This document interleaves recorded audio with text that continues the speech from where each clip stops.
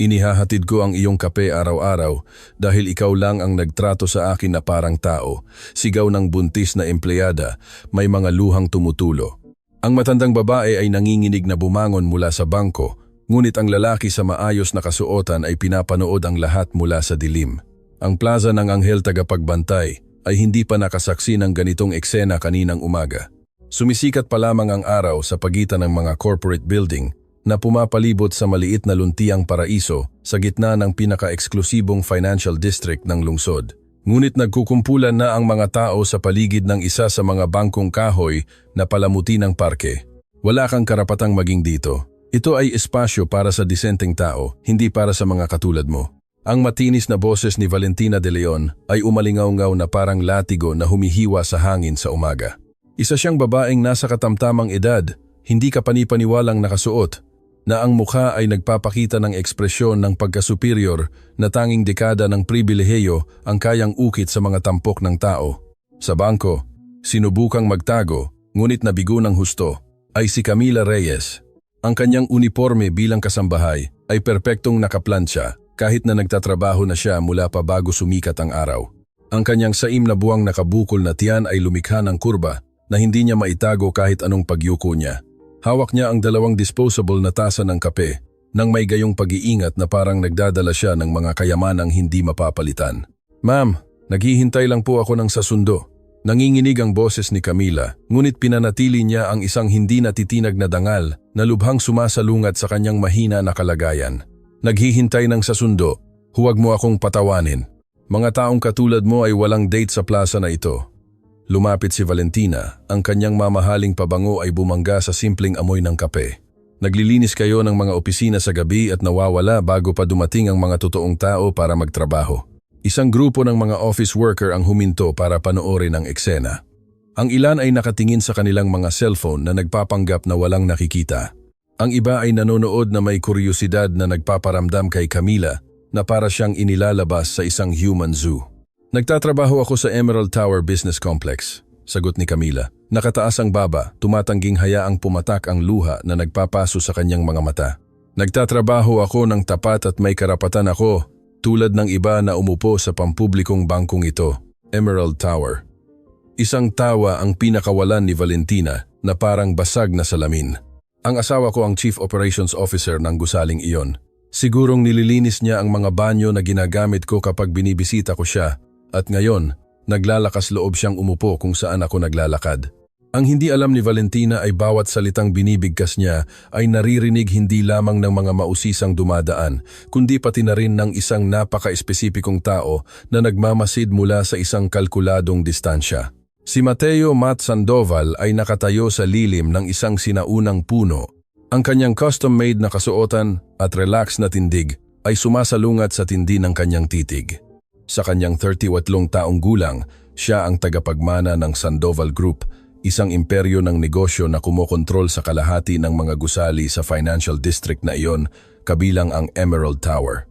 Ngunit walang sinuman sa plaza ang makakakilala sa kanya dahil pinaghusay ni Matt ang sining ng voluntaryong hindi pagkita. Mayroong isang bagay sa paraan ng paghawak ng dalagang empleyada sa mga tasa ng kape, sa kung paano ang kanyang katawan ay likas na nagpoprotekta sa kanyang sinapupunan habang humaharap sa kahihiyang pampubliko na nagpapadama ng masakit na paggalaw sa loob ni Matt. Ito ay ang parehong protektibong kilos na mayroon ng kanyang ina noong bata pa siya at nagtatrabaho ang ina sa paglilinis ng mga bahay para mapanatili silang dalawa. "Alam mo ba kung ano ang kinaiinisan ko sa mga taong katulad mo?" Patuloy ni Valentina sa kanyang verbal na pag-atake, pinapakain ng tahimik na madla na nabuo. Akala nila dahil may dala silang sanggol, espesyal na habag ang nararapat sa kanila, ngunit alam nating lahat ang katotohanan. Malamang hindi mo nga alam kung sino ang ama. Iyon ang huling patak. Si Camila ay tumayo ng may bilis na nagpaliwanag sa lahat. Ang mga tasa ng kape ay nanginginig sa kanyang mga kamay, ngunit walang tumapon kahit isang patak. Ang kanyang mukha, na nagpanatili ng isang kontroladong dignidad, ngayon ay nagpakita ng halo ng sakit at galit na nagpaurong sa ilang manonood ng hindi sinasadya. "Gusto mong malaman ang katotohanan?" Ang boses ni Camila ay hindi na nanginginig. Umaalingaw-ngaw ito sa isang lakas, na tila nanggagaling sa isang malalim na lugar sa loob ng kanyang kaluluwa.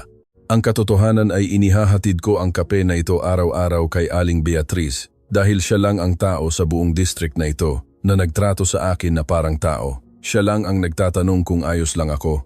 Siya lang ang tumitingin sa mga mata ko, sa halip na tumingin sa akin na para bang hindi ako nakikita.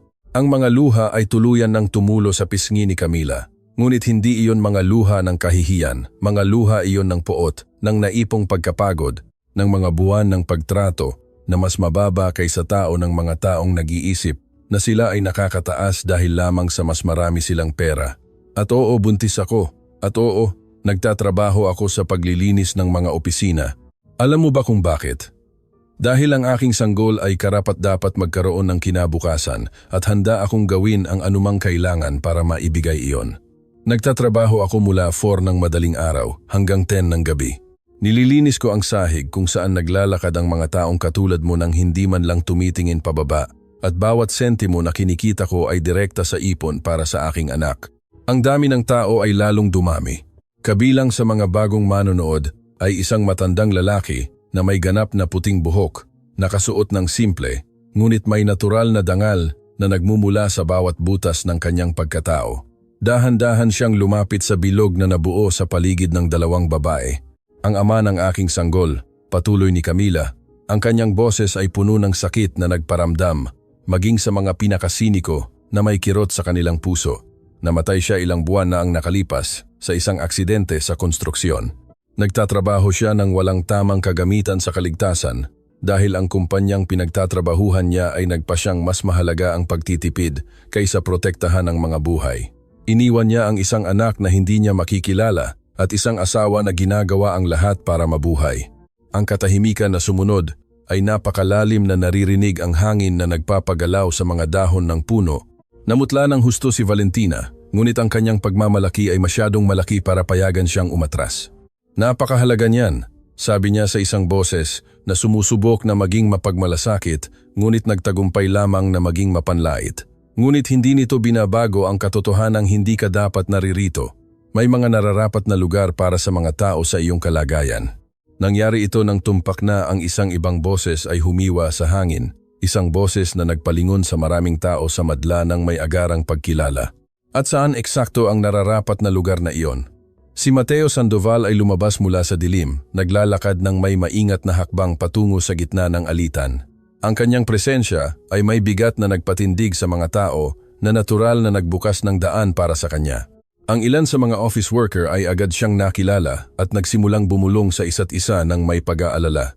Si Valentina ay lumingon sa kanya na may ngiti na agad na nagyelo sa kanyang labi nang makilala niya kung sino ito.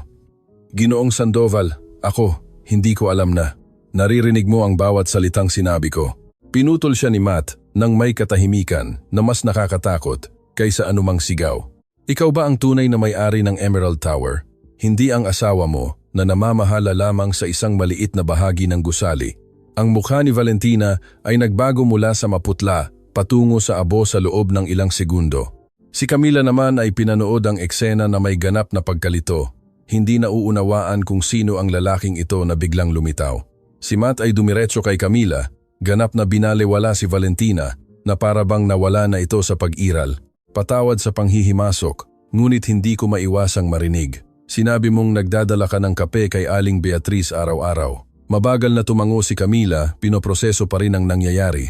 Opo sir, si Aling Beatriz ay naupo dito bawat umaga at dumadaan ako patungo sa susunod kong trabaho. Maliit na gesto lang po. Maliit na gesto, inulit ni Matt. At sa unang pagkakataon ang kanyang boses ay nagpakita ng emosyon na hindi kalkuladong kontrol. Ito ay mas malumanay, mas totoo. Gaano ka nakatagal ginagawa ito? Buwan po sir. Mula nang makilala ko siya at tinulungan ako noong nahilo ako sa plaza dahil sa pagbubuntis ko. Walang ibang huminto. Lahat ay naglalakad lang sa paligid ko. Ngunit siya ay lumuhod. Tinulungan akong tumayo, siniguro na maayos ako. Ang matandang lalaki na may puting buhok na tahimik na nagmamasid ay sa wakas nagsalita. Iyon ay aking asawa, Ginoo. Ako si Roberto Fuentes. Sinasabi ni Beatriz sa akin ang tungkol sa dalagang naghahatid ng kape araw-araw. Sabi niya iyon ang pinakamaliwanag na sandali ng kanyang araw. Lumingon si Matt kay Roberto na may ekspresyon na mahirap basahin. May sakit ang asawa mo, sabi ni Matt. Tumango si Roberto ng may kalungkutan. Siya ay ginagamot sa nakalipas na taon. Sinasabi ng mga doktor na ang paglabas sa plaza na ito bawat umaga, ang pag-upo sa bangkong ito, ang paglanghap ng sariwang hangin, ay ang maliliit na bagay na nagbibigay sa kanya ng lakas upang magpatuloy.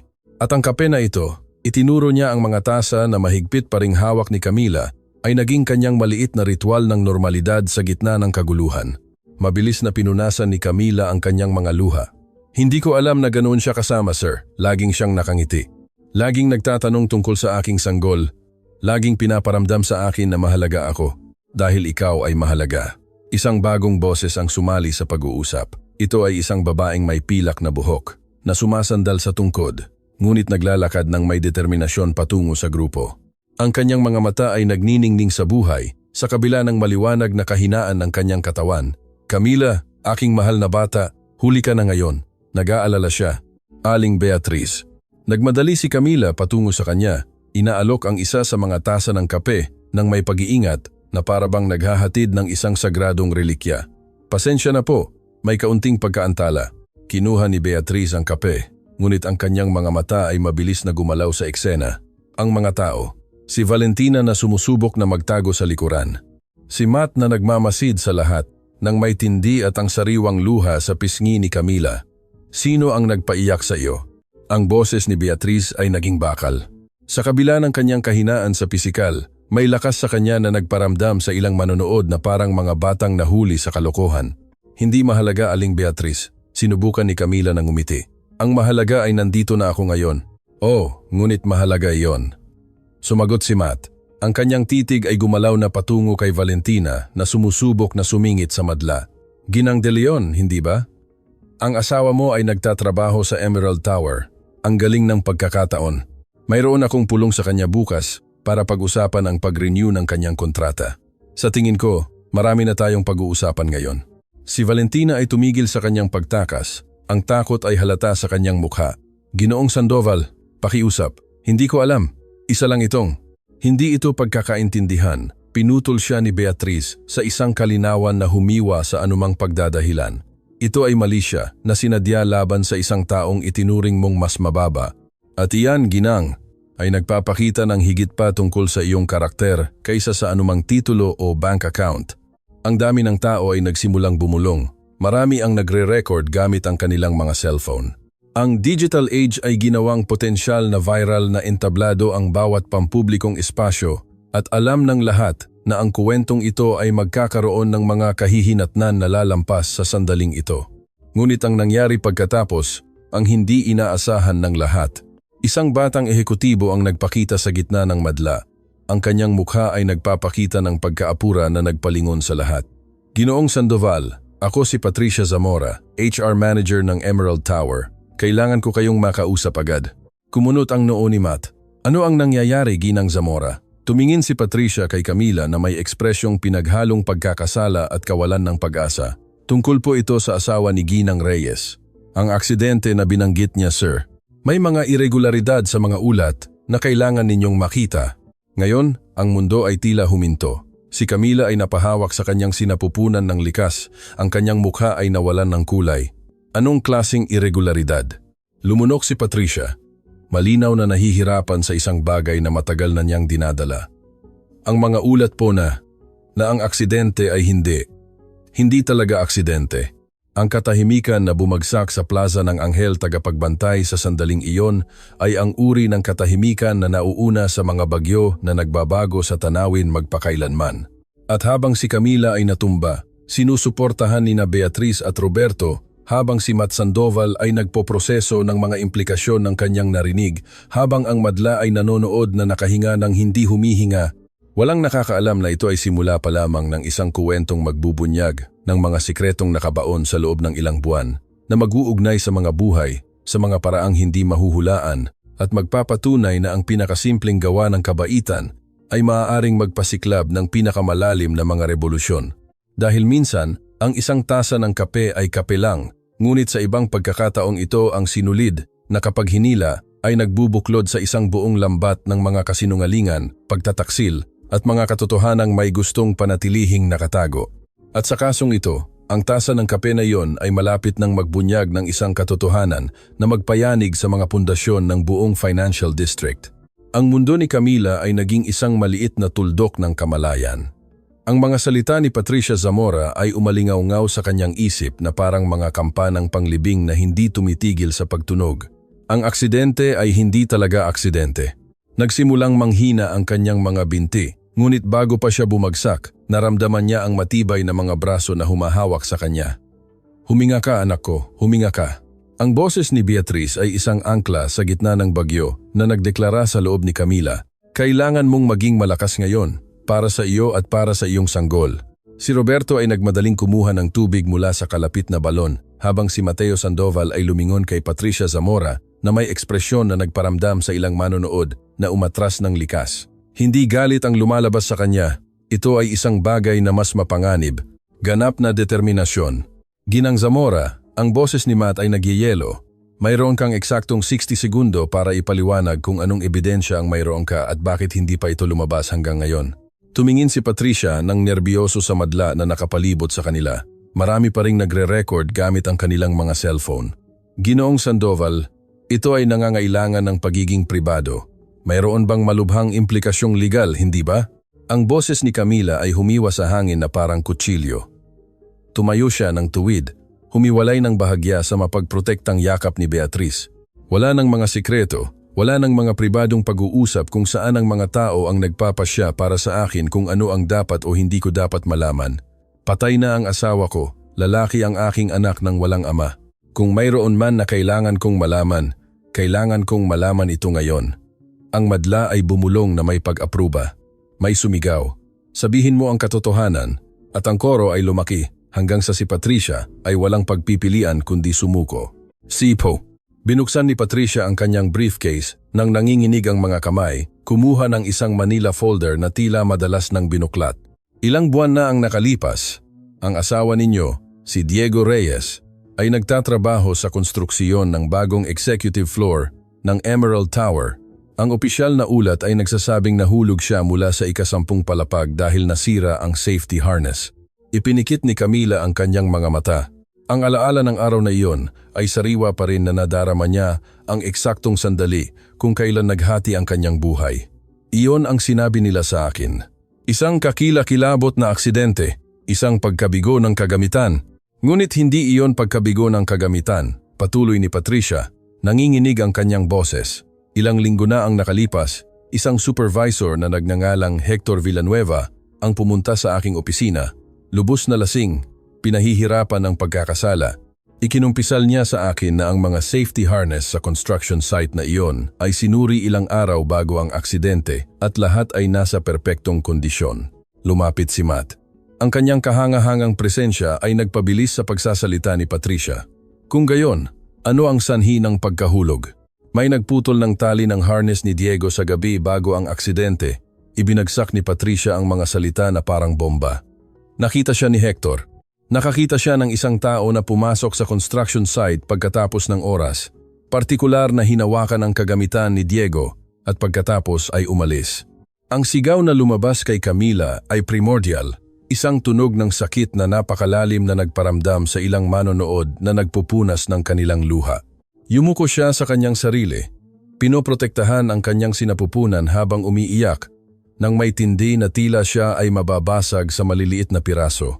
"Pinatay nila ang asawa ko." Lumabas sa pagitan ng mga hagulhol. "Hindi ito aksidente. May pumatay sa kanya at hinayaan akong maniwala na kasalanan ko iyon dahil hiniling ko sa kanyang tanggapin ang trabahong iyon." Yinakap din ni Beatrice si Camila, umiiyak din, habang si Roberto ay niyakap ang dalawang babae ng may lakas na nagpapabulaan sa kanyang edad. Ang plaza ng Anghel Tagapagbantay ay naging isang teatro ng trahedyang pantao, kung saan ang mga hangganan sa pagitan ng mga manonood at kalahok ay ganap na natunaw. Naramdaman ni Mateo Sandoval ang paglaki ng galit sa loob niya na hindi niya naranasan sa loob ng maraming taon. Sino ang taong nakita ni Hector? Umiling si Patricia, mga luha ang dumadaloy sa kanyang pisngi. Hindi siya makilala ng malinaw. Nakakapantay siya. Ngunit mayroon pa. Isang bagay na binanggit ni Hector na walang katuturan. Ano iyon? Dumemanda si Matt. Sinabi niyang narinig niya ang tao na nagsasalita sa telepono habang hinahawakan ang harness at ang mga salitang narinig niya ay, "Ito ang magtuturo sa iyo na manahimik tungkol sa iyong nakita."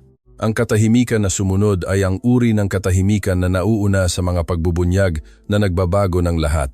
Dahan-dahang iniangat ni Camila ang kanyang ulo, ang kanyang mukha ay wasak, ngunit ang kanyang isip ay malinaw na nagpoproseso ng isang bagay. Tumawag sa akin si Diego noong gabi bago ang aksidente. Ang kanyang boses ay halos bulong, ngunit lahat ay yumuko upang makinig. Galit siya, kinakabahan. Sinabi niya na may nakita siyang hindi dapat nakikita sa mga executive office. Isang bagay na malapit na niyang i-report kinabukasan. Ano ang nakita niya? Tanong ni Matt. Kahit na ang isang bagay sa kanyang ekspresyon ay nagpapahiwatig na nagdudugtong na siya ng mga tuldok na hindi pa nakikita ng iba. Hindi niya sinabi sa akin. Suminghap si Camila. Sinabi ko sa kanya na mag-ingat, na huwag makisali sa gulo. Pinakiusapan ko siyang gawin lang ang kanyang trabaho at kalimutan kung ano man iyon. At ngayon, ang kanyang boses ay tuluyang nag-break. Ngayon alam ko na kung mas pinilit ko. Kung nakumbinsi ko siyang magsalita kaagad, baka buhay pa siya, hindi ba? Ang boses ni Beatriz ay matatag sa kabila ng mga luhang dumadaloy sa kanyang pisngi. Hindi mo kasalanan, anak ko. Ang kasalanan ay nasa taong nagpasya na ang isang buhay ng tao ay mas mababa kaysa sa pagpapanatili ng isang lihim. Isang lalaki mula sa madla ang nagpakita at lumapit. Siya ay nasa katamtamang edad. Ang kanyang mukha ay kulay lupa mula sa isang taong nagtrabaho sa kanyang mga kamay sa buong buhay niya. Ako si Fernando Salazar at may isang bagay na dapat ninyong malaman. Lahat ng mga mata ay lumingon sa kanya. Si Fernando ay tila nakikipaglaban sa isang panloob na labanan bago sa wakas ay nagpasya na magsalita. Nagtatrabaho ako kasama ni Diego sa construction site na iyon. Napansin namin ang mga kakaibang kilos sa mga opisina ng executive floor sa gabi. Mga dokumentong kinukuha sa mga kahon, mga computer na pinapalitan, mga taong pumapasok at lumalabas sa mga kakaibang oras. Ngunit si Diego lang ang naglakas loob na sabihing ire-report niya ito. At bakit walang nagsalita sa inyo pagkatapos ng kanyang kamatayan? Ang tanong ay nagmula sa isang batang babae sa madla. Ang kanyang boses ay puno ng akusasyon.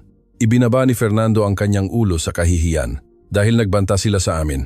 Ilang araw pagkatapos ng aksidente, isang lalaki ang pumunta sa construction site. Hindi niya binigay ang kanyang pangalan, ngunit nilinaw niya na kung may magtatanong tungkol sa pagkamatay ni Diego, ang aming mga pamilya ay magdurusa ng mga kahihinatnan. May 4 akong anak, ginang. Ano ang dapat kong gawin? Naramdaman ni Matt na ang bawat pagbubunyag ay parang isang piraso ng jigsaw puzzle na sinusubukan niyang buuin sa loob ng ilang buwan nang hindi niya alam. Lumingon siya kay Patricia. Bakit mo ako sinabihan tungkol dito ngayon? Bakit hindi mas maaga? Huminga ng malalim si Patricia dahil si Hector Villanueva ay natagpo ang patay ngayong umaga. Tila nagpakamatay siya ayon sa mga unang ulat ng pulisya. Ngunit alam ko na si Hector ay natatakot na may sumusunod sa kanya. At nang marinig ko ang tungkol sa kasong ito, tungkol sa kahihiyan ni Ginang Reyes, isang bagay sa akin ay nabasag. Hindi ko na kayang maging kasabwat dito. Ang madla ay lalong dumami. Kabilang sa mga bagong manonood ay isang babaeng nasa 40s na nanonood sa eksena na may tindi na nagparamdam sa kanyang presensya na naiiba sa iba. Dahan-dahan siyang lumapit, bawat hakbang ay sinusukat hanggang sa sapat na siyang lapit upang marinig ang kanyang boses ng malinaw. Ang pangalan ko ay Dr. Sylvia Mendoza, anunsyo niya. Ako ang forensic pathologist na sumuri sa katawan ni Diego Reyes pagkatapos ng kanyang kamatayan. Tumingin si Camila sa kanya ng may malaking mga mata. Bahagyang naalala siya mula sa mga kakilakilabot na araw pagkatapos ng aksidente kung saan ang lahat ay isang ulap ng sakit at mga prosesong legal. May isang bagay sa aking ulat na palaging gumagambala sa akin, patuloy ni Dr. Mendoza. Ang mga pattern ng mga sugat ni Diego ay hindi ganap na pare-pareho sa isang freefall. May mga pasa sa kanyang mga pulso at braso na nagmumungkahi na siya ay nakikipaglaban o nagpupumiglas bago siya nahulog. Ano ang sinasabi mo? Na posible na si Diego ay hindi lamang biktima ng isang sabotaged harness, sabi ni Matt. Kahit na ang kanyang ekspresyon ay nagpapahiwatig na alam na niya ang sagot. Posible na mayroong isang tao doon sa palapag na iyon nang siya ay mahulog. Isang taong marahil ay hinarap niya, na marahil ay itinulak niya pagkatapos masira ang harness. Ang sigaw ni Camila sa pagkakataong ito ay hindi ng sakit, ngunit ng purong galit. Gusto kong malaman kung sino. Gusto ko ang pangalan ng taong pumatay sa asawa ko. Si Roberto Fuentes, na nagpapagaling sa kanyang asawang si Beatriz sa buong pagbubunyag na ito, ay umabante na may ekspresyon na nagpapahiwatig na gumagawa siya ng isang napakalaking desisyon. "Baka makatulong ako diyan," sabi niya sa isang boses na bahagyang nanginginig. "Makikita ninyo, nagtrabaho ako sa loob ng 13 taon bilang security guard sa Emerald Tower bago ako nagretiro. At kahit hindi na ako opisyal na nagtatrabaho doon, may koneksyon pa rin ako sa maraming dati kong kasamahan. At isa sa kanila, isang lalaking nagngangalang Antonio Guerrero, ay tumawag sa akin ilang linggo na ang nakalipas. Siya ay natatakot. Sinabi niya na sinuri niya ang mga security recording noong gabi bago ang aksidente ni Diego Reyes at may nakita siyang isang bagay na hindi niya pinaniwalaan. Ang hangin ay naging napakatensyon, na tila ito ay naging solid. Walang gumalaw, walang huminga. Lahat ay naghihintay sa mga susunod na salita ni Roberto. "Ano ang nakita niya sa mga recording na iyon?" tanong ni Camila. Ang kanyang boses ay paos sa sobrang pag-iyak, ngunit puno ng matinding determinasyon. Nakita niya si Valentina de Leon.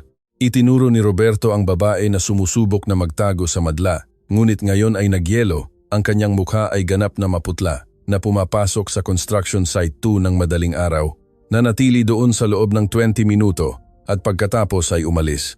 Lahat ng mga mata ay lumingon kay Valentina na parang mga spotlight na nakahanap ng isang kriminal sa dilim. Nagsimula siyang tanggihan ang kanyang ulo ng mabilis, umatras. Iyan ay katawa-tawa. "Hindi ko. Wala akong dahilan para. Ngunit ang asawa mo ay mayroon." Pinutol siya ni Matt at mayroong isang bagay sa kanyang boses na nagparamdam sa lahat na kakabitin lang niya ang huling tuldok. "Ang iyong asawa, na namamahala sa mga kontrata sa konstruksyon, na nag-aapruba ng mga badyet, na nagpapasya kung aling mga supplier ang makakakuha ng pinakamalaking trabaho." Dahan-dahang tumango si Patricia Zamora, ang kanyang mga mata ay lumaki sa pag-unawa. Ang mga dokumentong inililipat ay mga kontrata, mga inflated contract, mga peking invoice, mga nakadokumentong suhol, at si Diego Reyes, patuloy ni Matt, na nakatingin kay Camila na may malalim na habag. Nasaksihan niya ang isang pagpupulong o nakita ang mga dokumento na magbubunyag ng buong iskema, kaya pinatahimik nila siya. Si Valentina ay ganap na napapalibutan. Ang madla ay bumubuo ng isang bilog na hindi nagpapahintulot sa kanya na makatakas. Ang mga cellphone camera ay kumukuha ng bawat segundo, bawat ekspresyon ng takot na dumaan sa kanyang mukha. "Hindi ninyo mapapatunayan ang anuman," sigaw niya ng desperado. "Ang mga recording na iyon ay maaaring manipulahin. Kung gayon hindi ka mahihirapan ipaliwanag," isang bagong boses ang sumali sa pag-uusap. "Bakit ang iyong electronic access card ay lumalabas sa mga building log 217 AM sa partikular na petsang iyon?" Ang taong nagsalita ay isang opisyal ng pulisya na nakauniporme na kakarating lamang sa eksena matapos alertuhin ng maraming dumadaan. Sa tabi niya ay isang detective na tumitingin sa sitwasyon na may mga mata na sanay at walang nakaligtaan na detalye. "Ako si Detective Laura Montes," anunsyo niya. Ipinapakita ang kanyang badge at mukhang narating namin sa oras. Si Valentina ay sumubok tumakbo, ngunit hindi gumalaw ang madla. Hindi sa karahasan, nanatili lang sila. Bumubuo ng isang human barrier ng mga saksi na hindi magpapahintulot na muling makatakas ang hustisya. Si Camila ay lumapit kay Valentina. Bawat hakbang ay sinusukat, hanggang sa sila ay magkaharap ng babaeng sinubukang hamakin siya. Wala pang isang oras ang nakalipas. Ang mga luha ay patuloy na tumulo sa kanyang mukha, ngunit may lakas sa kanyang titig na nagparamdam kay Valentina na iwasan ang tingin. "Hindi mo lang pinatay ang asawa ko," sabi ni Camila sa isang boses na nanginginig sa kinokontrol na emosyon. "Pinatay mo ang mga pangarap na mayroon kami. Pinatay mo ang mga umaga kung saan ang aking anak ay gigising kasama ang kanyang ama. Pinatay mo ang mga tawanan na ibinahagi namin sa pagpaplano ng aming kinabukasan. At pagkatapos, ngayon, naglakas loob kang tratuhin ako na parang basura, na para bang ako ay mas mababa kaysa tao. Hindi ko. Ako ay naroon lang dahil hiniling sa akin ng asawa ko." Sinubukan ni Valentina na magbigay ng dahilan, ngunit ang kanyang boses ay mahina, walang kumbinsido. "Hiniling niya sa iyo na putulin ang safety harness ni Diego," tinapos ni Camila. Ang kanyang boses ay tumataas. "Hiniling niya sa iyo na pumatay ng isang inosenteng tao, na ang tanging krimen ay ang pagkakaroon ng konsensya." Ang Detective Montes ay lumapit. Naglalagay ng handcuffs sa mga pulso ni Valentina habang binabasa ang kanyang mga karapatan. Ngunit bago pa siya maiuwi, si Beatriz ay umabante, sumandal ng mabigat sa kanyang tungkod. Ang kanyang mahina na katawan, ngunit ang kanyang espiritu ay hindi natitinag. Ginang de Leon, sabi ni Beatrice sa isang kalinawan na humiwa sa lahat ng ingay. Ngayon, isang buntis na dalaga ang nagdala sa akin ng kape na may mas maraming dangal sa kanyang pinky finger kaysa sa iyo sa iyong buong katawan. Dinala niya sa akin ang kape na iyon hindi dahil hiniling ko, hindi dahil umaasa sa anumang kapalit, kundi dahil sa isang sandali ng pangangailangan, pinili kong makita ang kanyang pagkatao. At ang simpleng pagpili na iyon ay lumikha ng isang pagkakaibigan na nagbigay sa akin ng higit na kagalakan sa aking mga huling buwan kaysa sa anumang bagay na mabibili ng pera. Ang mga luha ay dumaloy sa mga pisngi ni Beatrice ngayon. Ngunit pinili mo ang paghamak, pinili mo ang kalupitan, at ang mga pagpili na iyon ang nagdala sa iyo upang maging kasabwat ng isang pagpatay. Inaasahan ko na bawat araw na gugugulin mo sa kulungan ay aalalahanin mo na ang lahat ay nagsimula dahil naniniwala ka na ang ilang tao ay nagkakahalaga ng mas mababa kaysa sa iba. Habang dinadala ni Detective Montes si Valentina, na ngayon ay umiiyak ng walang kontrol, si Mateo Sandoval ay lumapit kay Camila. Ang kanyang mga mata, na nagmamasid sa buong eksena, na may tindi na nagpapakita ng mga layer ng personal na emosyon, ngayon ay nagpapakita ng isang bagay na kakaunti sa kanyang buhay ang nakakita. Kahinaan, Ginang Reyes, sinimulan niya ang kanyang paos na boses. Mayroon akong kailangan sabihin sa iyo, isang bagay na walang nakakaalam dito. Tiningnan siya ni Camila ng naguguluhan, pagod sa emosyon, ngunit nakatayo pa rin, malakas pa rin. Ang aking ina ay nagtatrabaho sa paglilinis ng mga opisina noong bata pa ako. Nagtatrabaho siya sa parehong district na ito. Sa mga gusali na ngayon ay pag-aari ko. At namatay siya sa pagkapagod noong ako ay 15. Nagtatrabaho ng 3 trabaho upang ako ay makapag-aral, upang ako ay magkaroon ng mga pagkakataong wala siya. Ang madla ay ganap na tahimik. Bawat tao ay nagpoproseso ng pagbubunyag na ito mula sa magnate ng negosyo na pinaniniwalaan ng marami na ipinanganak sa pribilehiyo.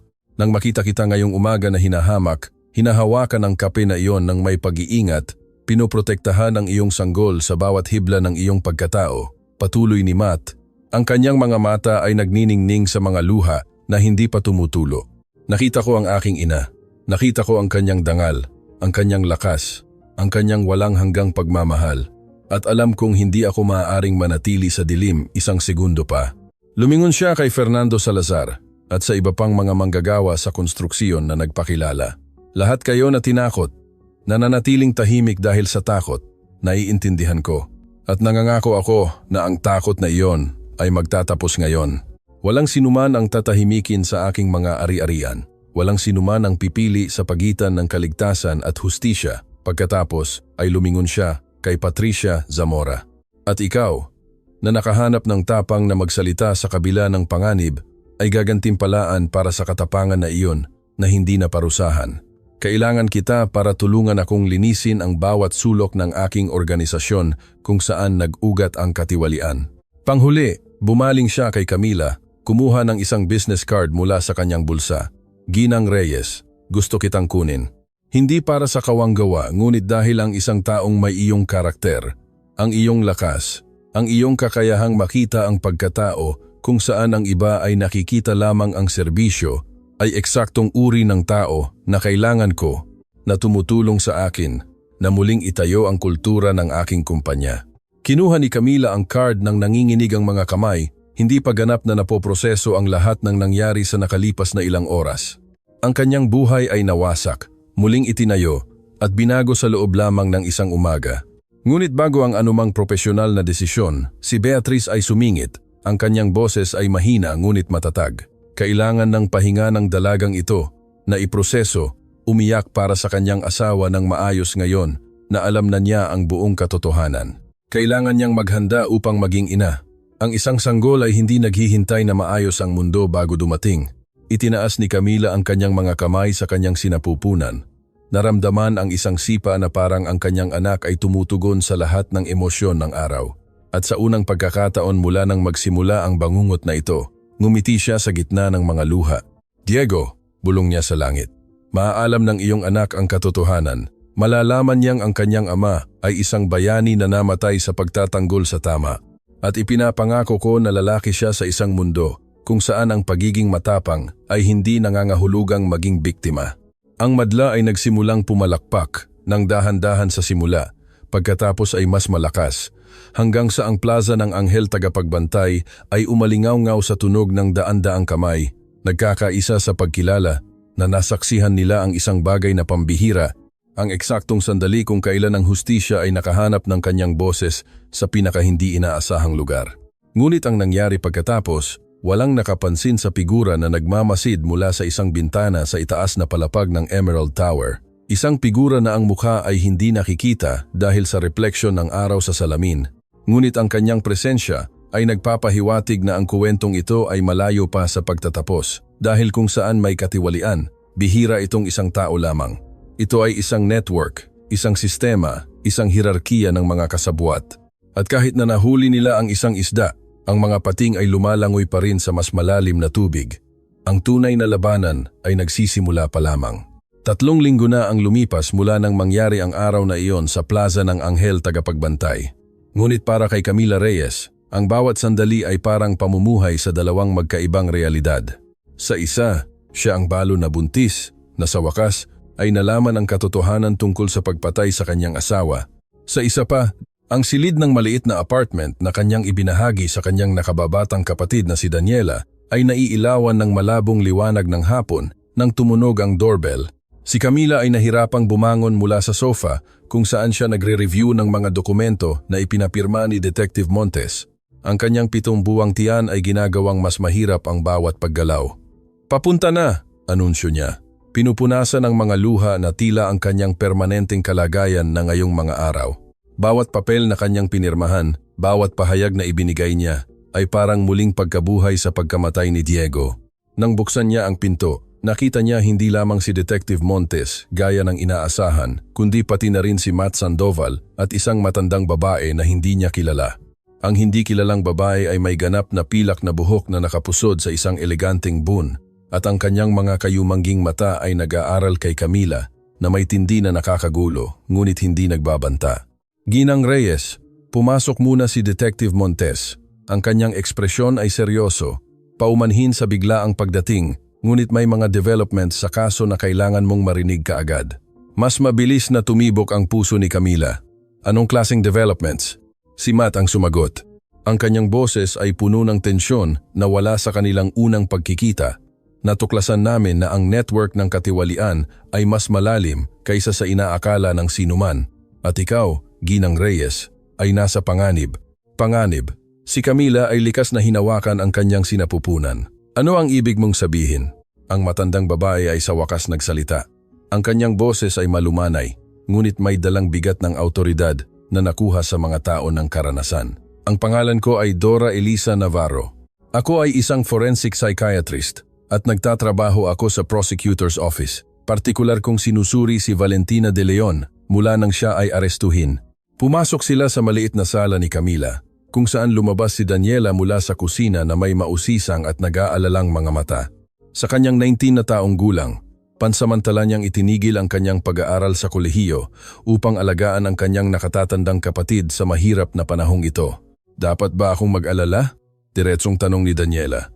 "Laging mas mapanghamon kaysa sa kanyang nakatatandang kapatid." "Oo." Hindi pinalambot ng Detective Montes ang katotohanan.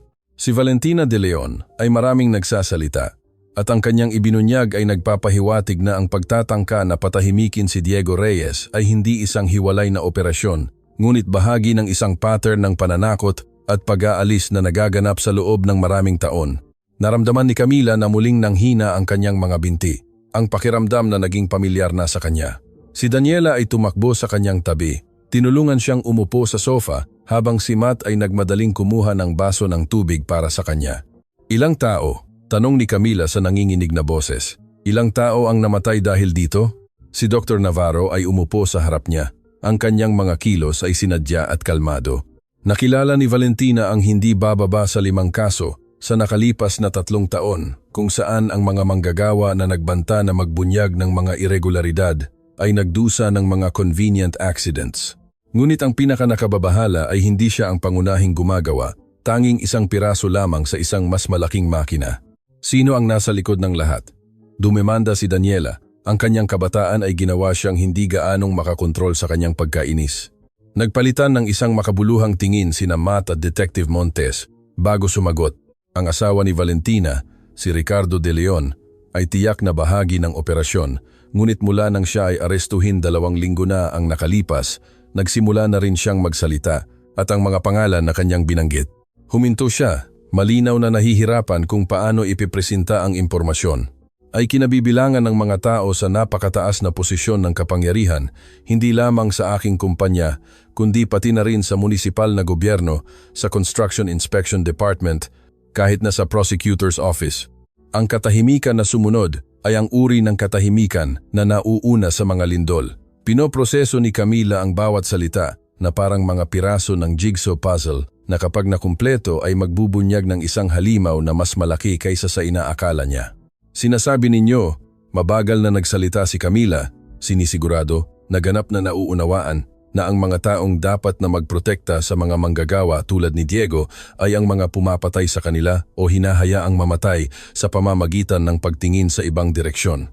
Kinumpirma ni Dr. Navarro, ang sistema ay dinisenyo upang ang mga tao sa ibaba ay manatiling hindi nakikita. At kapag ang isang tao tulad ni Diego ay nagbanta na gawing nakikita ang hindi nakikita, siya ay nagiging isang problema na kailangang alisin. Ipinikit ni Camila ang kanyang mga mata. Naramdaman ang isang galit na napakalalim na tila nanggagaling mula sa kanyang mga buto mismo. Ang asawa ko ay namatay dahil naglakas loob siyang magkaroon ng konsensya dahil naniniwala siyang mahalaga ang paggawa ng tama. At ngayon, patuloy na Detective Montes ng may kabaitan, ngunit may paninindigan. Kailangan namin na maging kasing tapang mo rin siya. Dahil may isa pang binanggit si Valentina sa kanyang mga pag-amin, isang bagay na partikular na kinasasangkutan kay Diego. Biglang dumilat ang mga mata ni Camila. Ano? Kumuha si Matt ng isang Manila envelope mula sa kanyang briefcase. Hawak ito na parang isang bagay na mahalaga at mapanganib sa parehong oras. Bago mamatay, tila nagpadala si Diego ng isang bagay sa isang tao. Mga dokumento na kanyang kinuhanan ng litrato, ebidensya na kanyang kinolekta. Ngunit wala kaming ideya kung sino ang pinadalhan niya nito o nasaan ang mga ito. Sa akin? Tanong ni Camila. Nalilito. Wala akong natanggap mula kay Diego, maliban. Bigla siyang tumigil. Ang kanyang mukha ay namutla habang ang isang alaala na naitatag ay umusbong na parang isang alon. Maliban sa isang pakete na dumating 3 araw pagkatapos ng kanyang kamatayan, inakala kong ito ay isang bagay na inorder niya bago ang aksidente. Inilagay ko sa bodega ng gusali nang hindi binubuksan dahil hindi ko kayang harapin ang makita ang kanyang mga gamit. Si Daniela ay nakatayo na at tumatakbo na patungo sa pinto. Pupuntahan ko na ngayon. Teka muna, pinigilan siya ni Detective Montes. Kung ang pakete na iyon ay naglalaman ng iniisip natin, kailangan nating ituring ito bilang opisyal na ebidensya at kailangan nating tiyakin na walang ibang nakakaalam na kinukuha natin ito. Ang paranoia na lumalaki sa silid ngayon ay naramdaman na parang isang pisikal na presensya. Tumingin si Camila sa paligid ng kanyang sariling tahanan na parabang biglang naging teritoryo ng kaaway. Iniisip ninyo na may nagmamanman sa akin? Ang kanyang boses ay halos bulong. Sumagot si Dr. Navarro na may brutal na katapatan. Naniniwala kami na kung alam ng mga taong nasa likod nito na mayroong pisikal na ebidensya na kinolekta ni Diego, gagawin nila ang anumang bagay para makuha ito. At ang anumang bagay ay kasama ang pagbabanta sa iyo at sa iyong sanggol. Ang purong takot ay dumaan sa mukha ni Camila. Ang kanyang mga kamay ay pumunta ng protektibo sa kanyang sinapupunan, kung saan ang kanyang sanggol ay sumisipa na parang maaari niyang madama ang takot ng kanyang ina. Hindi ko hahayaan na may mangyari sa kanya. Si Matt ang nagsalita na may matinding determinasyon na nagparamdam sa lahat na tumingin sa kanya. Nag-hire ako ng pribadong seguridad. Mula ngayon, ikaw at ang iyong kapatid ay magkakaroon ng 24 oras na proteksyon. Hindi ko kailangan ng iyong awa, sagot ni Camila kaagad. Ang pagmamalaki na nagpanatili sa kanya sa loob ng mga buwan ng paghihirap ay lumabas kahit sa gitna ng takot. Hindi ito awa, malumanay na sagot ni Matt. Ito ay responsibilidad. Nangyari ito sa aking ari-arian, sa ilalim ng aking pangangasiwa, dahil hindi ako naging sapat na mapagbantay upang makita ang katiwalian na lumalaki tulad ng kanser sa aking sariling organisasyon. May utang ako kay Diego. May utang ako sa bawat manggagawa na nagtiwala na pananatilihin ko silang ligtas. Mayroong isang bagay sa kanyang boses, isang hilaw na kahinaan, na nagparamdam kay Camila na makita siya ng tunay sa unang pagkakataon. Hindi bilang magnate ng negosyo, hindi bilang ang tagapagligtas na lumitaw sa plaza, kundi bilang isang lalaki na nagdadala ng sarili niyang bigat ng pagkakasala at pagkawala. Ang iyong ina, sabi ni Camila ng mahina, naaalala ang kanyang ibinunyag ilang linggo na ang nakalipas. Sinabi mong namatay siya sa pagkapagod. Tumango si Matt. Ang kanyang mga mata ay nagpapakita ng sakit na pinagaan ng oras, ngunit hindi kailanman nawala. Si Maria Sandoval ay nagtrabaho hanggang sa kanyang huling hininga para magkaroon ako ng mas magandang buhay. At sumumpa ako na kapag nagkaroon ako ng kapangyarihang baguhin ang mga bagay, gagawin ko ito, ngunit naantala ako ng kita, ng pagpapalawak, ng pagtatayo ng isang imperyo. At habang ako ay nagtatayo pataas, hindi ko nakita kung ano ang nabubulok sa mga pundasyon. Si Detective Montes, malinaw na hindi komportable sa emosyonal na direksyon ng pag-uusap, ay kinuha muli ang kontrol. Kailangan nating kunin ang paksang iyon ngayong gabi. Ginang Reyes, maaari mo bang ilarawan ng eksakto kung saan ito nakaimbak?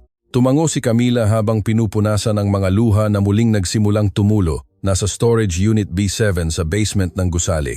Ang kandado ay isang simpleng kombinasyon, 1508. Ang petsa, kung kailan kami nagkakilala ni Diego. Si Daniela ay lumapit sa kanyang kapatid na kinuha ang kanyang kamay. Sasama ako sa iyo. Hindi mo ito haharapin ng mag-isa. Hindi, matatag na sagot ni Camila. Kung may mangyari, kailangan kong maging ligtas ka. Pakiusap, Daniela. Pangako mong mananatili ka rito, kasama ang proteksyon na ibibigay ni Ginoong Sandoval. Ang mga luha ay dumaloy sa mukha ni Daniela, ngunit tumango siya, nauunawaan ang kaseryosohan ng sitwasyon. Kung gayon, ito ay napagpasyahan, sabi ni Detective Montes. Pupunta tayo ngayong gabi ng maingat. Ginang Reyes, sasama ka sa amin. Ngunit mananatili ka sa sasakyan kasama ang proteksyon habang kinukuha namin ang pakete. 2 oras pagkatapos, sa ilalim ng belo ng dilim na bumagsak sa lungsod, isang diskretong convoy ng 3 sasakyan ang patungo sa apartment building ni Camila. Sa sasakyang nasa gitna, si Camila ay nakaupo sa tabi ni Dr. Navarro na nagpumilit na sumama upang magbigay ng emosyonal na suporta. Paano mo ito nagagawa, Camila? Biglang tanong ni Dr. Navarro, na sinisira ang tensyonadong katahimikan ng paglalakbay. Paano mo nakikinig sa mga taong tulad ni Valentina na nagko-confess ng mga kakilakilabot na bagay at hindi nawawalan ng pananampalataya sa sangkatauhan? Maingat na isinasaalang-alang ni Dr. Navarro ang tanong bago sumagot. Dahil para sa bawat Valentina de Leon na pumipili ng kalupitan, mayroong 10 Diego Reyes na pumipili ng katapangan. Para sa bawat tiwaling sistema, mayroong 1,000 ordinaryong tao tulad mo na tumatangging mabasag ng kawalang hustisya. Hindi ko nararamdaman na ako ay matapang, pag-amin ni Camila. Natatakot ako, natatakot para sa aking sanggol, para kay Daniela, para sa kung ano ang susunod. Ngumiti si Dr. Navarro ng may lungkot. Ang tapang ay hindi ang kawalan ng takot.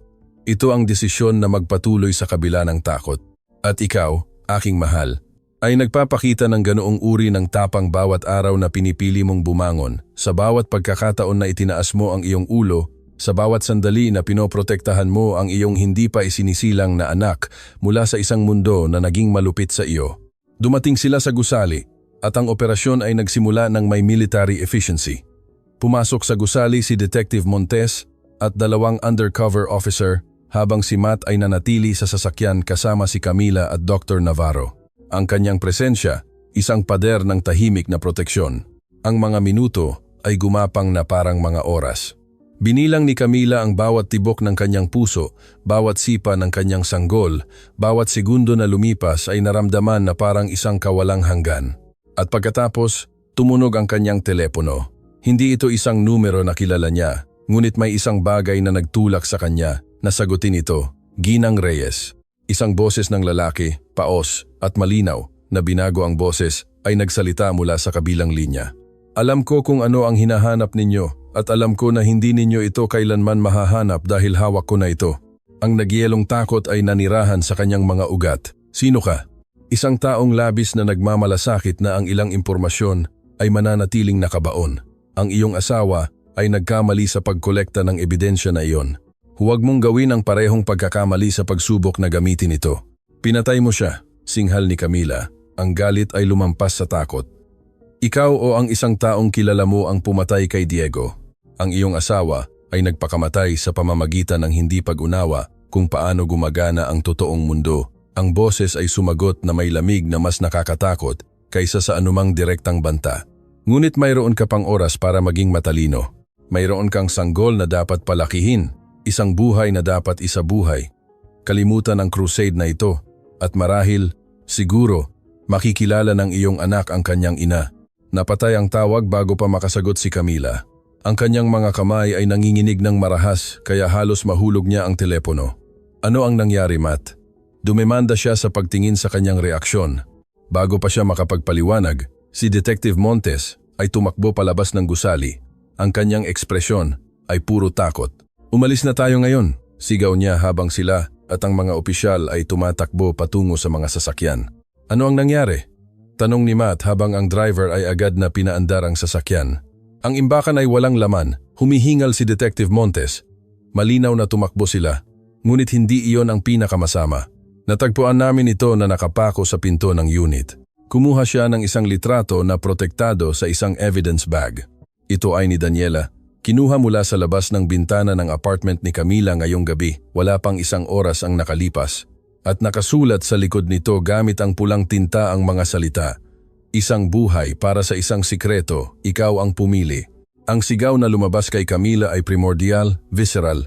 Daniela, si Matt ay nagtawag na ng mga numero sa kanyang telepono, kinokontak ang private security team na iniwan niya upang protektahan ang nakababatang kapatid ni Camila, ngunit ang mga tawag ay dumiretso sa voicemail, isa pagkatapos ng isa. Mas mabilis na magmaneho, utos ni Matt sa driver sa isang boses na hindi kumikilala ng pag-aalinlangan. Si Camila ay hyperventilating na ngayon. Ang kanyang mga kamay ay nasa kanyang sinapupunan, naramdaman ang mabilis na pagsipa ng kanyang sanggol na tumutugon sa kanyang pagkabalisa. Hindi, pakiusap Diyos. Hindi. Ang kapatid ko, hindi Daniela.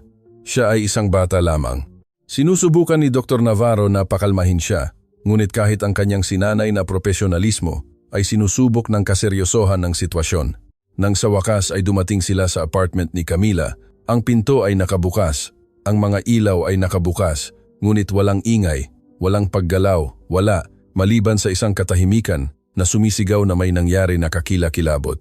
Pumasok muna si Detective Montes, ang kanyang baril ay nakahanda, habang ang kanyang mga opisyal ay sinisiguro ang paligid. Sinubukan ni Matt na pigilan si Camila na pumasok, ngunit itinulak siya nito ng may lakas na hindi dapat pahintulutan ng kanyang pagbubuntis, na hinihimok ng isang pagkatakot ng ina na lumampas sa anumang pagsasaalang-alang sa kaligtasan.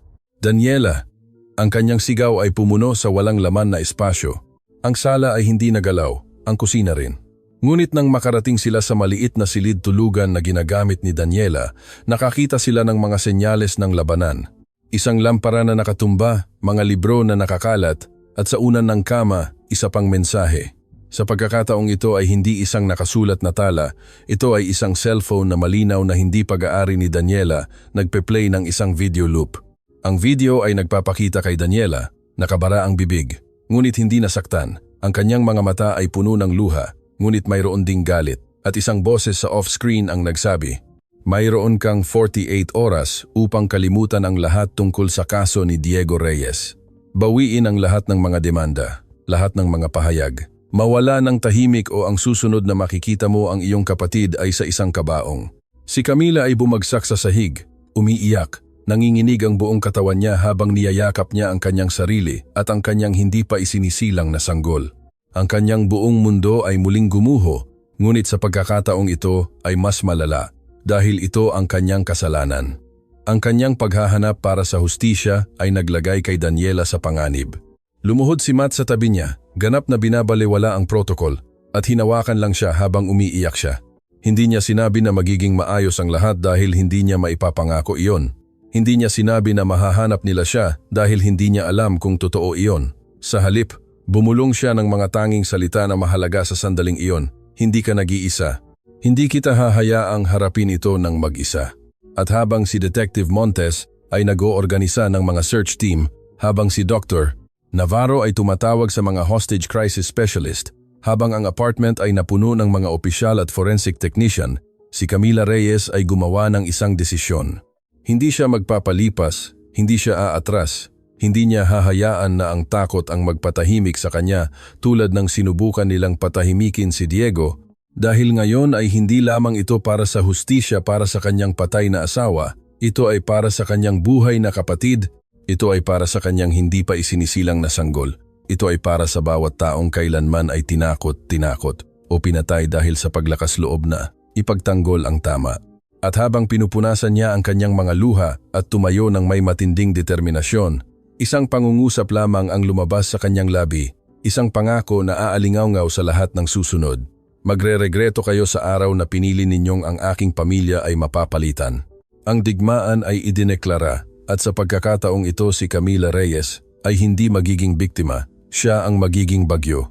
Ang madaling araw ay nakita si Camila Reyes sa isang lugar na hindi niya kailanman naisip na aapakan. Ang crisis room sa headquarters ng Grupo Sandoval. Ang malalaking bintana sa ika-42 palapag ay nag-aalok ng panoramic view ng lungsod na nagsisimulang magising, ngunit hindi niya nakita ang anuman. Tanging ang mukha ni Daniela sa kakilakilabot na video na paulit-ulit na tumatakbo sa kanyang isip. Decaf coffee. Lumitaw si Matt sa tabi niya, nag-aalok ng isang usok na tasa. Si Dr. Navarro ay nagpumilit na huwag kang uminom ng caffeine dahil sa sanggol. Ngunit naisip ko na kailangan mo ng isang bagay na mainit. Kinuha ni Camila ang tasa nang bahagyang nanginginig pa rin ang mga kamay. Napapansin sa unang pagkakataon na lumipas ang 18 oras mula nang dukutin si Daniela. 18 oras ng tuloy-tuloy na bangungot, kung saan ang bawat minuto ay naramdaman na parang isang kawalang hanggan. May bago? Tanong niya. Kahit na ang kanyang boses ay nagpapakita na alam na niya ang sagot mula sa ekspresyon sa mukha ni Matt. Detective Montes ay sinusubaybayan ang pinagmulan ng video. Sinasabi ng mga technical expert na ito ay kinunan sa isang lugar sa industrial zone. Ngunit ito ay isang napakalaking lugar na may daan-daang inabandonang mga bodega. Huminto siya, malinaw na nahihirapan sa mga susunod na salita. Ngunit mayroon pa, isang bagay na kailangan mong makita. Dinala niya si Camila sa isang conference room kung saan ang Detective Montes, si Dr. Navarro at 3 tao na hindi niya kilala ay nagtipon sa paligid ng isang mesa na puno ng mga dokumento at litrato. Ginang Reyes, tumayo si Detective Montes. Ang kanyang mukha ay nagpapakita ng isang halo ng habag at pagkaapura. Sila ang mga federal agent na sina Monica Estrada at Jorge Salinas at federal prosecutor na si Andres Valverde. Ang kasong ito ay umakyat sa federal level. Naramdaman ni Camila na muling nanghina ang kanyang mga binti. Ngunit sa pagkakataong ito ay pinilit niya ang sarili na tumayo, federal. Si Prosecutor Valverde, isang lalaki na nasa 50s na may kulay abo na buhok at mga mata na nakakita ng masyadong marami, ay sumagot ng may bigat. Dahil ang natuklasan ng iyong asawa ay hindi lamang lokal na katiwalian, ito ay bahagi ng isang operasyon ng international money laundering na kinasasangkutan ng mga kartel, mga opisyal ng mataas na antas ng gobyerno at mga multinational corporation. Ang katahimikan sa silid ay napakakapal na tila ito ay naging solid.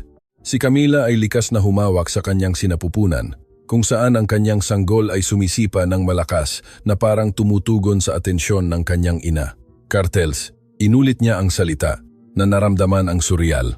Ang asawa ko ay construction worker. Paano? Lumapit si Agent Estrada at nagbukas ng mga litrato sa mesa. Ilang buwan na ang nakalipas, sa panahon ng konstruksyon ng executive floor ng Emerald Tower, isang state-of-the-art security system ang ininstall. Ngunit bago ito opisyal na inilunsad, si Diego ay nagtatrabaho ng electrical sa lugar na iyon at aksidenteng pinagana ang mga kamera. Nag-record sila ng pagpupulong. Patuloy na sabi ni Agent Salinas na itinuturo ang isang malabong litrato, isang pagpupulong sa pagitan ni Ricardo de Leon, 2 opisyal ng gobyerno na ngayon ay tumatakas sa bansa. At ito, naglagay siya ng isa pang litrato sa mesa. Ito ay isang lalaking nasa 60s, matikas, na may perpektong suklay na buhok at isang kasuotan na malamang na mas mahal kaysa sa lahat ng kinita ni Camila sa kanyang buhay. Sino siya? Tanong ni Camila. Kahit na ang isang bagay sa kanyang instinct ay nagsasabi na ang sagot na ito ay magbabago ng lahat. Augusto Villamil, sagot ni Matt, at may lason sa kanyang boses. Ang aking mentor, ang taong nagturo sa akin ng lahat tungkol sa negosyo pagkatapos mamatay ang aking ina, ang taong pinagkakatiwalaan ko higit sa sino man sa mundo. Ang pagtataksil sa kanyang boses ay nararamdaman. At sa unang pagkakataon, nakita ni Camila ang lampas sa panlabas na anyo ng magnate ng negosyo patungo sa basag na lalaki na natuklasan na ang kanyang father figure ay isang halimaw. Ginagamit ni Villamil ang mga ari-arian ng Sandoval Group para maglaban ng pera sa loob ng maraming taon, ipinaliwanag ni Prosecutor Valverde. Mga inflated construction contracts, mga shell companies, mga paglilipat ng pera na nagbabalat kayo bilang mga lehitimong transaksyon. At si Diego Reyes ay nakakuha ng ebidensya ng isa sa kanilang mga coordination meetings. Kaya nila siya pinatay. Hindi nila nakuha ang ebidensya, bulong ni Camila. Ang mga piraso ay sa wakas ay nagkakabit sa isang nagpapasikat na kalinawan. Hindi lamang para patahimikin siya, kundi para makuha ang ebidensya na iyon. Ngunit hindi nila nakuha ang mga ito kailanman, sumingit si Dr. Navarro dahil si Diego ay mas matalino kaysa sa kanila. Itinago niya ang ebidensya sa paraang hindi mo alam. Tiningnan sila ni Camila ng naguguluhan, ngunit ang pakete sa imbakan ay walang laman dahil iyon ay hindi kailanman ang tunay na pakete. Ngumiti si Matt sa unang pagkakataon sa loob ng maraming oras, kahit na ito ay isang ngiti na walang kagalakan. Ito ay decoy. Alam ni Diego na kung may mangyari sa kanya, hahanapin nila ang anumang bagay na malinaw na nauugnay sa kanya. Pinagana ng Agent Estrada ang isang laptop na nagpapakita ng isang grainy security video. Ito ay mula sa post office malapit sa inyong dating apartment na kinunan 3 araw bago ang pagkamatay ni Diego. Tumingin ka ng mabuti. Pinanood ni Camila ang screen at tumigil ang kanyang puso nang makita niya si Diego, ang kanyang Diego na buhay at gumagalaw, pumapasok sa post office na may maliit na pakete. Ang mga luha ay nagsimulang tumulo kaagad. Ang sakit ng muling makita siya ay napakatindi na halos hindi siya makahinga. Ipagpatuloy mo ang panonood, Matt, sabi niya ng mahina. Ang kanyang kamay ay nakapatong sa kanyang balikat sa isang kilos ng suporta. Sa video, si Diego ay nagpupuno ng mga formularyo, nakikipag-usap sa empleyado at pagkatapos ay huminto. Tumingin sa kanyang telepono, nagbasa ng isang bagay at ang kanyang ekspresyon ay ganap na nagbago. Sa halip na ipadala ang pakete, lumabas siya sa post office, dala pa rin ito. Kinansela ang pagpapadala, bulong ni Camila. Bakit? Dahil sa sandaling iyon, nakatanggap siya ng text message. Ipinaliwanag ni Agent Salinas na nagpapakita ng mga phone record. Isang mensahe mula sa isang hindi kilalang numero na nagsasabing, alam nila kung ano ang hawak mo, hindi ligtas ang iyong asawa. Ang takot ay nanirahan sa puso ni Camila na parang yelo. Ako ay binantaan para kontrolin siya. Eksakto, tumango si Prosecutor Valverde. Kaya binago ni Diego ang kanyang taktika. Hindi niya maipadala ang ebidensya sa mga autoridad dahil hindi niya alam kung sino ang mapagkakatiwalaan. Hindi niya maibibigay sa iyo dahil ilalagay ka nito sa direktang panganib. Kaya itinago niya ito sa tanging taong lubos niyang mapagkakatiwalaan, isang taong hindi nila paghihinalaan. Sino? Tanong ni Camila ng desperado. Ang pinto ng conference room ay bumukas at si Roberto Fuentes ay pumasok na sinundan ni Beatriz na sumasandal sa kanyang tungkod, ngunit naglalakad ng may determinasyon. Sa kanyang mga kamay, si Beatriz ay may hawak na maliit na metal box. Kami, sabi ni Beatriz ng simple, inilapag ang kahon sa mesa. Dumating sa amin si Diego 2 araw bago siya namatay. Sinabi niya sa amin na kung may mangyari sa kanya, dapat lang naming ibigay ito kung ang kanyang asawa ay talagang nasa panganib at may mga tao siyang mapagkakatiwalaan na magpoprotekta sa kanya. Si Camila ay tumayo ng mabilis na nahilo habang naglalakad patungo kay Beatriz na may mga luha na dumadaloy sa kanyang mukha. Alam mo ba si Diego? Bakit hindi mo sinabi sa akin kailanman? Dahil ipinangako niya sa akin na hindi ko gagawin, sagot ni Beatriz. Ang kanyang sariling mga mata ay basa rin. Sinabi niya na habang mas kaunti ang alam mo, mas ligtas ka. Ngunit nang makilala kita sa plaza na iyon, nang simulan mong dalhan ako ng kape araw-araw, nang may ganoong pagmamahal at pag-iingat, alam ko na ikaw ay eksaktong pambihirang tao na inilarawan ni Diego. Idinagdag ni Roberto na may basag na boses. Sinabi niya, ang aking asawa ay ang pinakamalakas na tao na kilala ko, ngunit nagdadala siya ng masyadong maraming bigat ng mag-isa. Kung may mangyari sa akin, pakiusap, bantayan mo siya. Siguraduhin mong alam niya na hindi siya nag-iisa. At tanging kapag tama ang sandali, kapag mayroon na siyang tamang tao na magpoprotekta sa kanya, ibigay mo ito sa kanya. Si Camila ay bumagsak sa isang upuan, umiiyak ng may tindi na nagpatumba sa kanyang buong katawan. Si Diego ay kilala siya ng malalim, minamahal siya ng lubusan, na kahit sa kanyang kamatayan ay nagpoprotekta, nag-aalaga, sinisigurado na mayroon siyang kailangan kapag pinakakailangan niya. Maingat na binuksan ni Matt ang metal box, na nagbunyag ng isang portable hard drive ilang USB devices, at isang selyadong sobre. Ang kanyang ekspresyon, habang sinusuri ang nilalaman, ay nagbago mula sa kuryosidad patungo sa pagkamangha patungo sa ganap na galit. Ito ay sapat na para buwagin ang buong operasyon, simula niya, ngunit ang mga salita ay tila nabigo sa kanya. Tiningnan ng Prosecutor Valverde ang mga dokumento, audio recordings, mga video, mga documented bank transfers, mga email. Si Diego Reyes ay isang taong walang formal na edukasyon sa investigasyon, ngunit mayroon siyang isang bagay na mas mahalaga, isang likas na pakiramdam ng hustisya at ang determinasyon ng isang leon. At iniwan din niya ito. Iniabot ni Beatriz ang selyadong sobre kay Camila. Para sa iyo, anak ko. Sa nanginginig na mga kamay, binuksan ni Camila ang sobre. Sa loob ay isang liham na nakasulat sa pamilyar na sulat kamay ni Diego. Bawat letra ay iginuhit ng may pagmamahal na nakilala niya sa lahat ng kanilang mga taon nang magkasama. Aking minamahal na Camila, nagsimula ang liham, at kailangan niyang huminto kaagad. Ang mga luha ay ginawang imposibleng makita ang mga salita. Maingat na kinuha ni Matt ang liham mula sa kanyang mga kamay. Gusto mo bang basahin ko? Tanong niya ng mahina. Tumango si Camila, hindi makapagsalita. Si Matt ay naglinis ng kanyang lalamunan.